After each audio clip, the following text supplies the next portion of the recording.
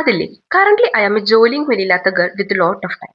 അതുകൊണ്ട് ഇന്ന് വെറുതെ ഇരിക്കുമ്പോൾ ഞാൻ ഇന്ന് ട്രൈ ചെയ്ത് നോക്കിയ ഒരു ഇല്യൂഷൻ ആർട്ടാണ്. അത് നിങ്ങൾക്കും കൂടി പറഞ്ഞു തരാമെന്ന് വെച്ചു. അപ്പൊ അത് ചെയ്യാനായിട്ട് ഒരു പേജ് എടുത്തിട്ട് അതിൽ ഡയഗണൽ ലൈൻസ് ഇട്ട് കൊടുക്കുക. ആ ഡയഗണൽ ലൈൻസിൽ ഞാൻ 0.5 വെച്ച് മാർക്ക് ചെയ്തിട്ടുണ്ട് കേട്ടോ, രണ്ട് സൈഡും. അതുപോലെ തന്നെ മുകളിലെ 4 സൈഡിലും നമ്മൾ 1 സെന്റിമീറ്റർ വെച്ച് മാർക്ക് ചെയ്ത് കൊടുക്കണം. എന്നിട്ട് ആ 1 സെന്റിമീറ്റർ വെച്ച് മാർക്ക് ചെയ്ത സ്ഥലമില്ലേ, അവിടെ നിന്ന് ഇതിന്റെ സെന്ററിലോട്ട് എല്ലാ കോളം നമ്മൾ ഫില്ല് ചെയ്ത് കൊടുക്കാം.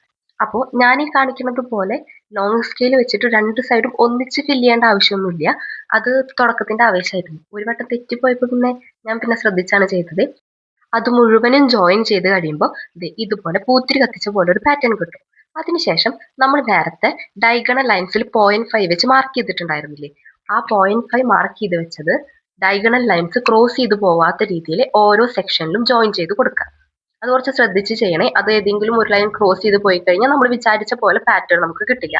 അത് മുഴുവൻ നമ്മൾ ശ്രദ്ധയോട് കൂടിയിട്ട് ജോയിൻ ചെയ്ത് കൊടുക്കാം. അപ്പൊ ഏകദേശം ഇതെല്ലാം കംപ്ലീറ്റ് ചെയ്ത് വരുമ്പോൾ ഇല്യൂഷൻ ഉള്ള ഒരു ആർട്ട് ഫോം ചെയ്ത് വരുന്നത് കാണാൻ പറ്റും. ഏകദേശം ഇത്രയായി കഴിഞ്ഞാൽ നമ്മൾ വരയ്ക്കേണ്ട പോർഷൻസ് തീർന്നു. ഇനി അങ്ങോട്ട് നമ്മൾ ക്ഷമ പഠിക്കാൻ പോവാണ്. ഇനി അങ്ങോട്ട് ശ്രദ്ധയൊന്ന് മാറിപ്പോയി കഴിഞ്ഞാൽ സൈക്കോസിന്റെ പല വ്യസ്താന്തരങ്ങളിലും നമ്മൾ സഞ്ചരിച്ചു എന്ന് പറയില്ലേ, അങ്ങനെ എന്താ പറയില്ലേ, അതുപോലെ ആയി പോകും നമ്മുടെ കാര്യം. ഇത്ര നേരം ചെയ്തതൊക്കെ വെള്ളത്തിലാവും. പറ്റിയവനെ അതിന്റെ വിഷമം അറിയുള്ളൂ. കാരണം എനിക്കൊന്നും പറ്റിയായിരുന്നേ. അതിനുശേഷം ഞാൻ നല്ല ശ്രദ്ധയോട് കൂടിയിട്ടാണ് ഇത് ഓരോന്നും ഫില്ല് ചെയ്ത് കൊടുത്തത്. ഇതുപോലുള്ള ആർട്ടുകളുടെ ഒക്കെ ഒരു പ്രത്യേകത എന്താന്ന് വെച്ച് കഴിഞ്ഞാൽ, ഇതൊക്കെ ചെയ്യാൻ വേണ്ടിയിട്ട് നമുക്ക് അങ്ങനെ ഭയങ്കരമായ ഡ്രോയിങ് സ്കിൽസ് ഒന്നും വേണമെന്നില്ല. വരയ്ക്കാൻ അറിയുന്നുണ്ടെങ്കിലും അറിയില്ല വെച്ചാൽ നമുക്ക് ട്രൈ ചെയ്ത് നോക്കാൻ പറ്റാവുന്നതേ ഉള്ളൂ. ഈ പെന്നും പെൻസിലും ഒക്കെ എടുത്തിട്ട് സ്കെയിൽ വെച്ചിട്ട് ലൈൻസ് ഒക്കെ വരയ്ക്കാന്ന് പറയുന്നത് എല്ലാവർക്കും ചെയ്യാൻ പറ്റുന്നതല്ലേ. ലൈൻസ് വരയ്ക്കുക, അത് ഫില്ല് ചെയ്ത് കൊടുക്കുക, അത്ര മാത്രമേ വരുന്നുള്ളൂ. പിന്നെ കുറച്ച് ശ്രദ്ധിച്ച് ക്ഷമയോട് കൂടി ചെയ്യണമെന്ന് മാത്രമേ ഉള്ളൂ.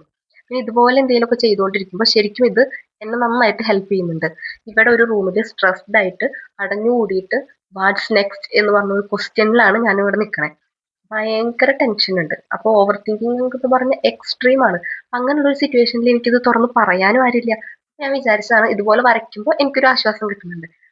കാരണം നമ്മൾ ശ്രദ്ധിച്ചിട്ട് ഒരു കാര്യം ചെയ്തുകൊണ്ടിരിക്കുകയല്ലേ, നമ്മുടെ കോൺസെൻട്രേഷൻ മുഴുവൻ ഒരു കാര്യത്തിലാണ്. അത് ശ്രദ്ധ മാറിക്കഴിഞ്ഞാൽ അത് തെറ്റിപ്പോകും, നമ്മൾ കോൺഷ്യസ് ആണ്. അപ്പൊ അങ്ങനെയുള്ള ഒരു സിറ്റുവേഷനിൽ ഇതുപോലത്തെ ഡ്രോയിങ്സ് ഒക്കെ ഒത്തിരി എന്നെ ഹെൽപ്പ് ചെയ്യുന്നുണ്ട്. ആദ്യമൊക്കെ കുറച്ച് ഫ്രീ ടൈം കിട്ടുമ്പോൾ അല്ലെങ്കിൽ മൈൻഡ് ഒന്ന് ഡിസ്റ്റർബ്ഡ് ആകുമ്പോൾ ഞാൻ ചെയ്തിരുന്ന കാര്യം പറഞ്ഞു കഴിഞ്ഞാൽ ഞാൻ കുറച്ച് നേരം ഇൻസ്റ്റഗ്രാം ഒക്കെ എടുത്ത് ഞാൻ കുറെ റീൽസ് ഒക്കെ കണ്ട് അല്ലെങ്കിൽ കുറെ സ്റ്റാറ്റസ് സ്റ്റോറി ഒക്കെ കണ്ടിരിക്കുമായിരുന്നു. പിന്നെയാണ് എനിക്ക് മനസ്സിലായത്, അങ്ങനെയൊക്കെ ചെയ്യുമ്പോൾ നമ്മുടെ ഉള്ള മെന്റൽ ഹെൽത്ത് അതിനേക്കാളും കൂടുതൽ കഷ്ടത്തിലാവുള്ളൂ. കാരണം നമ്മൾ സെൽഫ് ഡൗട്ട് ചെയ്ത് തുടങ്ങും. അയ്യോ, ഞാൻ മാത്രമാണോ ദൈവം ഇങ്ങനെ ഇരിക്കുന്നത്, ഇവരെല്ലാവരും സക്സസ്ഫുൾ ആയില്ലോ, അവരുടെ ലൈഫ് കണ്ടില്ലേ. അങ്ങനെ നമ്മൾ കണ്ട് കണ്ട് ഭ്രാന്തായി പോകും. അതുകൊണ്ട് ഞാനിപ്പോ ആ പണിയൊക്കെ നിർത്തി. ഇപ്പൊ എനിക്ക് കുറച്ച് ടൈം ഉണ്ട് വെച്ചാൽ ഞാൻ ഇതുപോലെ എന്തെങ്കിലുമൊക്കെ ചെയ്യും.